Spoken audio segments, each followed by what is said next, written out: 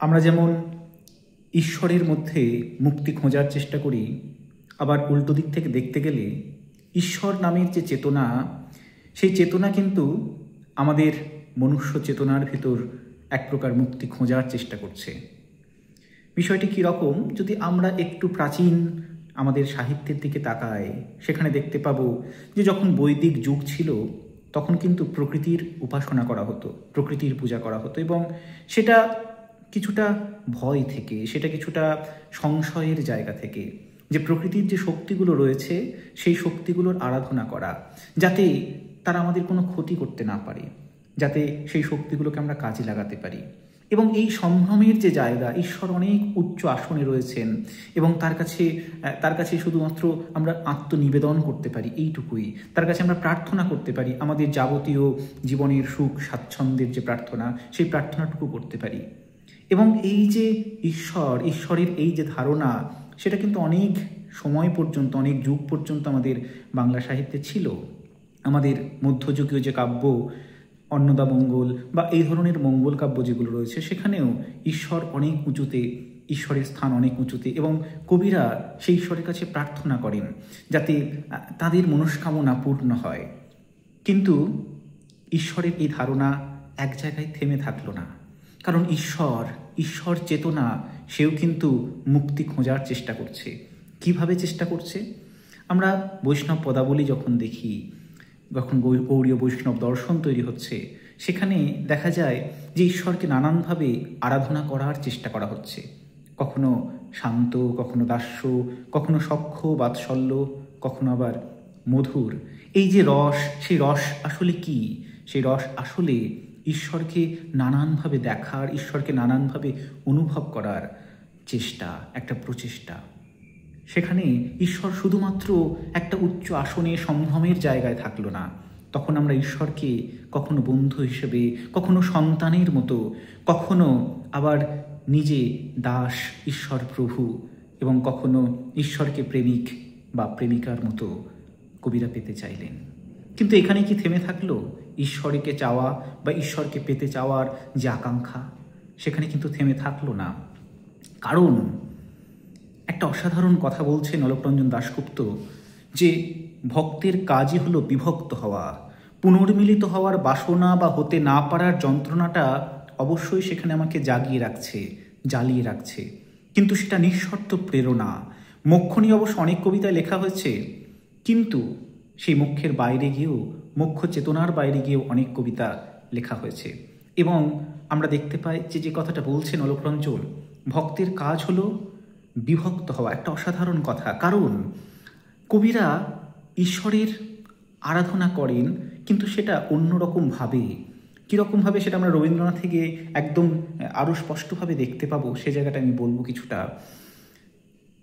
ভক্তের কাজ বিভক্ত হওয়া, তার মানে কবিরা কিন্তু কখনোই ঈশ্বরকে তাদের জীবনে পাচ্ছেন না, এবং এই না পাওয়ার যে বেদনা, না পাওয়ার যে আকুতি, সেটাই কিন্তু কবিদের চেতনাকে, কবিদের প্রেরণাকে জাগিয়ে রাখছে।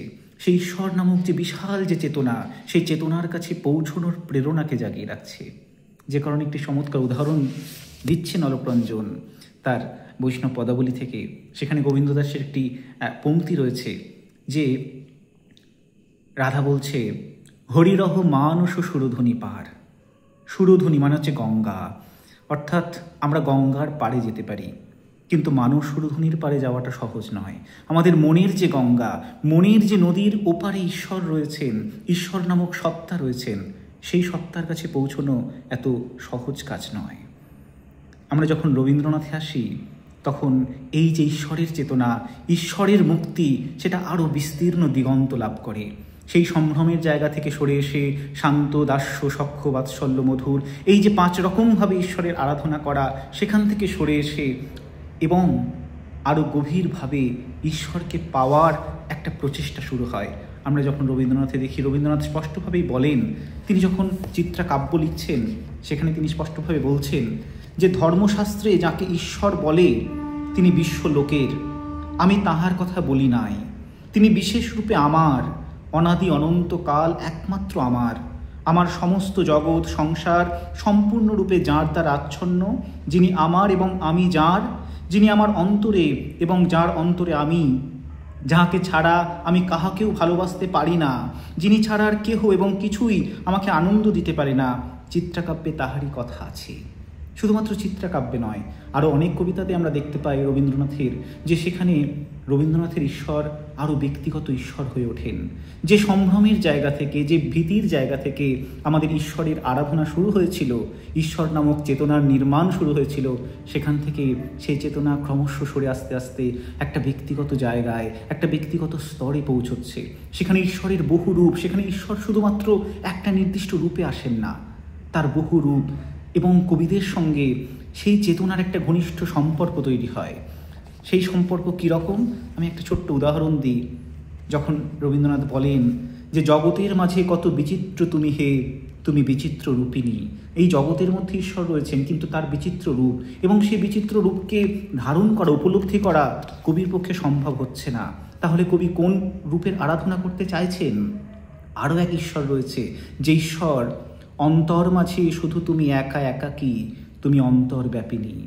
সে অন্তর্ব্যাপী যে ঈশ্বর, আমাদের মনের ভিতরে যে ঈশ্বর, সেই ঈশ্বরেরই আমরা সন্ধান করতে পারি, কিন্তু সম্পূর্ণরূপে কি লাভ করতে পারি সেই ঈশ্বরকে? পারি না। কেন পারি না? কারণ ভক্তের কাজই হচ্ছে বিভক্ত হওয়া। আমরা যখন সেই ঈশ্বরকে পেয়ে যাই, তখন আর আমাদের ঈশ্বরকে পাওয়ার আকুতি থাকে না, সেখানে ঈশ্বর বোধ বা ঈশ্বর চেতনাও থাকে না। আসলে সেই না পাওয়ার মধ্যেই, না পাওয়ার বেদনার মধ্যেই ঈশ্বর চেতনা, ঈশ্বর বোধ জেগে থাকে।